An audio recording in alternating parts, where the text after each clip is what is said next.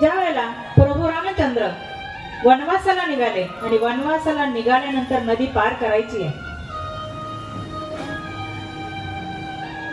तो नावाडी केवट त्याने नावेमध्ये प्रभू रामचंद्रांना बसून घेतलंय आणि बसल्यानंतर ज्या वेळेला नाव पहिल्या तीराला गेली आणि पहिल्या तीराला गेल्यानंतर भगवंतांनी सांगितलं तू आम्हाला या तीराला सोडलंय, नदीच्या या तीराला सोडलंय ना, आता काहीतरी मागून घे. नावाड्याला काहीतरी द्यावं लागणार आहे. तर त्या वेळेला नावाड्याने मागितलं, काय मागितलं? म्हणे तू आणि मी आपण एका जातीचे आहोत म्हणे. कसं? अरे या सर्व जड जीवांना तू भवसागर पार करतो आणि मी ही नदी पार करतो, म्हणजे तू ही नावाडी आणि मी ही नावाडीच. आपण एका जातीचे. मग एका जातीचे त्या जातवाल्याकडून कधी काही पैसे घेत नाही. मग आता मी माझं काम इथं केलं, की नदी पार करून द्यायचं काम मी आता केलं.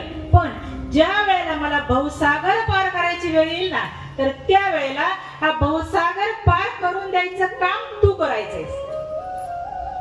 काय मागणी मागितली? साक्षात त्या तिन्ही लोकांचा धनी समोर उभा होता.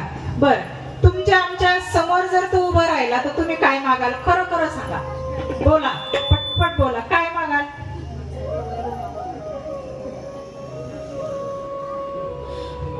काय काय मागाल? मागता पण येत नाही, काय मागावं हे पण जमत नाही. मग तिने काय मागून घेतलं? तर हा भवसागर पार करून द्या मला याच्या मोबदल्यामध्ये. म्हणून त्या भगवंताकडे विनंती करायची आहे की हा भवसागर, आमची जी ही नाव आहे ती नाव किनाऱ्याला लाव. हा भवसागर आमचा पार झाला पाहिजे, त्याच्या व्यतिरिक्त काहीही नको.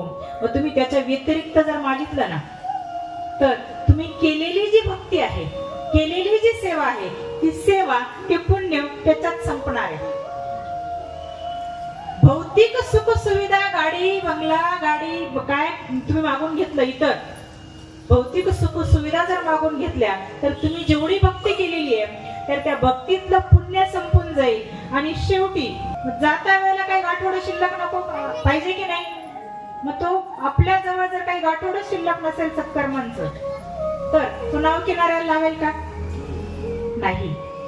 म्हणून भगवंताची भक्ती करायची असेल तर निस्वार्थ करावी.